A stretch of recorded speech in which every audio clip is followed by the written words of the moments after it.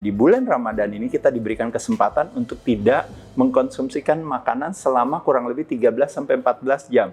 Terakhir makan jam 4 pagi, baru makan lagi nanti jam 6 atau jam setengah 7 malam. Jadi kita memberikan kesempatan kepada tubuh atau organ tubuh kita untuk beristirahat. Apa kebermanfaatan puasa? Pertama, kebermanfaatan puasa bisa menghasilkan yang namanya fat loss ketika kita tidak memasukkan gula ke dalam tubuh kita, terutama kalau kita berbicara makronutrisi yang kita konsumsikan yang paling banyak ya, biasanya karbohidrat.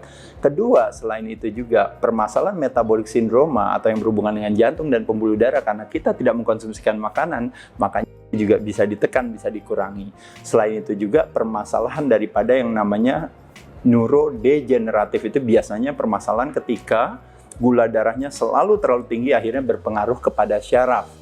Lalu selain itu juga dengan kita berpuasa, kita memberikan yang namanya kesempatan kepada tubuh kita untuk istirahat dan menciptakan kecerdasannya sendiri. Karena dengan kita berpuasa akhirnya terjadi yang namanya mungkin detoksifikasi gitu ya. Atau dikenal dengan yang namanya akhirnya badan akhirnya menggunakan kecerdasannya berusaha untuk membuat satu adaptasi secara fisiologis dengan menciptakan respon-respon yang baik. Yaitu adalah salah satunya gula darah kita jadi lebih stabil sehingga akan berpengaruh kepada yang namanya mental fokus kita itu jauh lebih clear, jauh lebih jelas pada saat kita berpuasa. Dan yang pasti teman-teman sekalian, pada saat akhirnya kita berpuasa, akhirnya terjadi yang namanya permasalahan daripada profil kesakitan hari ini yang menjadi klaim daripada asuransi kesehatan, ya apakah yang sifatnya sosial maupun komersial.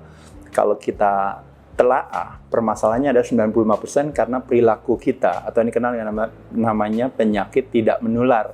Nah, justru penyakit yang tidak menular kalau kita mau coba membuat satu investigasi, itu penyebabnya hampir rata-rata disebabkan karena disebut dengan namanya sel tidak sensitif lagi terhadap insulin atau yang dikenal dengan namanya resistensi insulin. Dengan berpuasa, maka resistensi insulin akan terhindar. Justru apalagi ditambah dengan kita berolahraga pada saat berpuasa, kita akan mengoptimalkan yang namanya sensitivitas terhadap insulin. Begitu banyak kebermanfaatan puasa pada saat kita bersedia untuk menjalankannya dengan senang hati. Karena nanti juga kita akan ada jam bukanya ya teman-teman ya. Jadi kita bukan berpuasa dalam arti harus membuat satu starvation atau kelaparan, tapi kelaparan yang terdesain. Nah, pada saat itulah akhirnya badan justru malah menciptakan yang namanya respon-respon yang cerdas yang akan mendekatkan kita pada sehat. Teman-teman sekalian, selamat menjalankan ibadah puasa karena ibadah puasa ternyata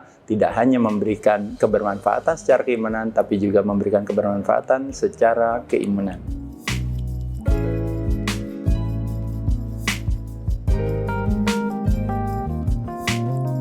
Double your hydration.